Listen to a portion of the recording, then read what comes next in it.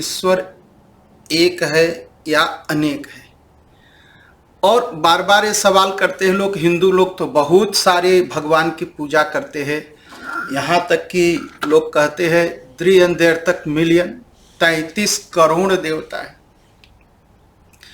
33 करोड़ देवताओं पर फिर कभी चर्चा होगी, लेकिन आज जो सवाल है कि ईश्वर एक है या अनेक है। ईश्वर एक है, ये तुम मान लीजिए, एकम सद विप्रा बहुधा वदन्ति। ईश्वर एक है, विद्वान लोग उसको अनेक ढंग से अनेक प्रकार से कहते हैं। हरि अनंत, हरि कथा अनंता।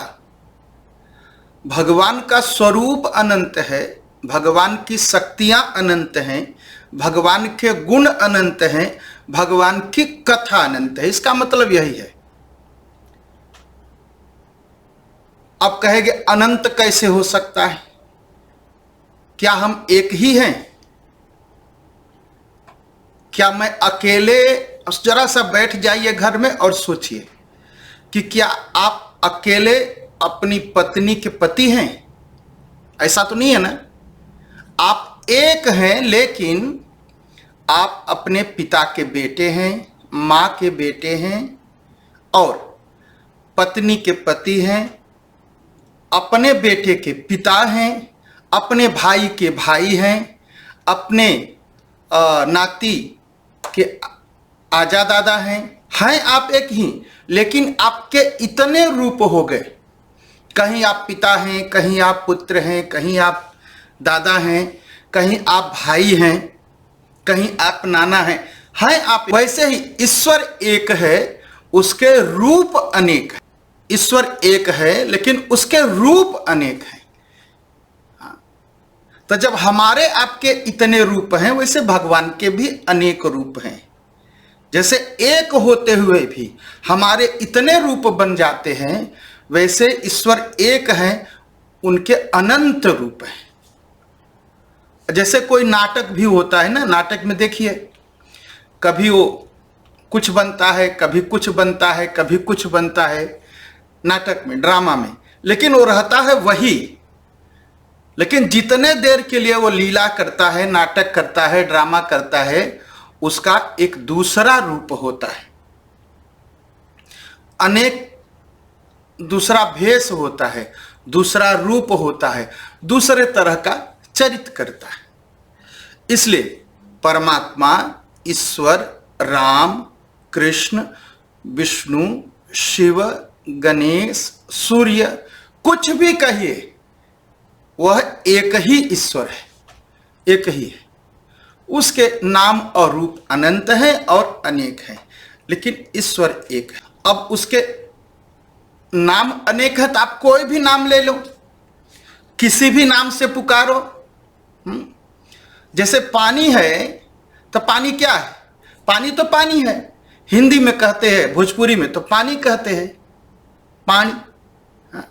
संस्कृत में कह देंगे तो जल है, पंजाबी में कहेंगे आब है, इंग्लिश में कहेंगे तो वाटर है, डच में कहेंगे तो वतरा है एक ही। उसका रूप नहीं बदलता, उसका गुण नहीं बदलता, आप नाम कुछ भी दे लीजिए। वैसे ईश्वर भी एक ही है, उसको आप कोई भी नाम दे सकते हैं, और जो नाम आपको प्रिय लगे उसी नाम से पुकारिए। ईश्वर के नाम में बड़ी शक्ति है।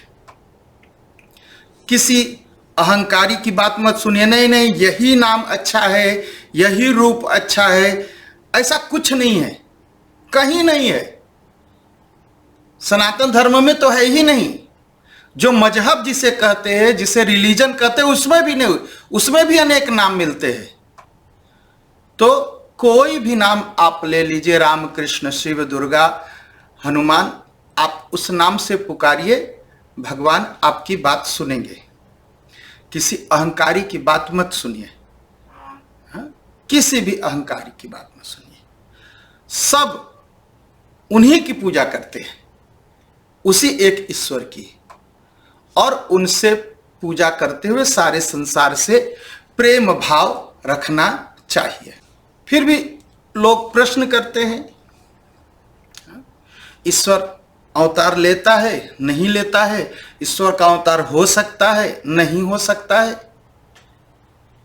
ईश्वर, देखिए एक चीज मानिए कि ईश्वर सर्वशक्तिमान है, कहीं से कभी भी कुछ भी कर सकता है। ईश्वर वह अवतार ले सकता है और बिना अवतार लिए भी वह सारे कार्य कर सकता है। यह उसकी इच्छा, उसकी कृपा पर आधारित है। जैसे अग्नि है ना, अग्नि क्या है? लकड़ी में है, लोहे में है, पत्थर में है, सब जगह अग्नि व्याप्त है, लेकिन दिखाई पड़ती है? नहीं दिखाई पड़ती है। जो अग्नि लकड़ी में है उससे हम कोई काम नहीं ले सकते क्योंकि अप्रगट है।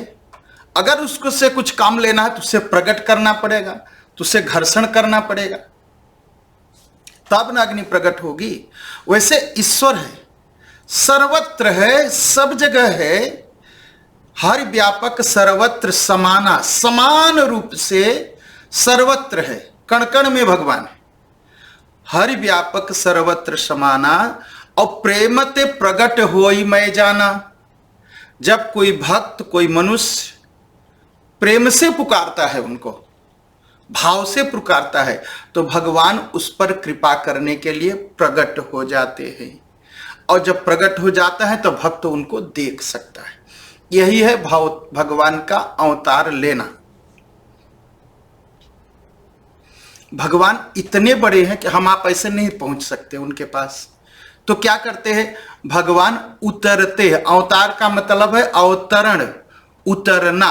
तो भगवान ऊपरी कक्षा से निचली कक्षा में आ जाते हैं अपने भक्तों के लिए, अपने भक्तों से मिलने के लिए।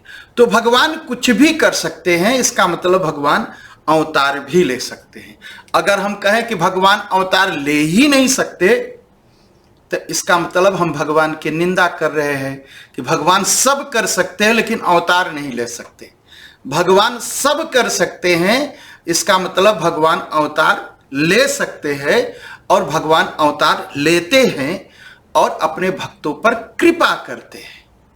वो बिना अवतार लिए भी कृपा कर सकते हैं, लेकिन भक्तों को बिना उनकी लीला देखे सुख नहीं मिलेगा, इसलिए भगवान अवतार लेते हैं।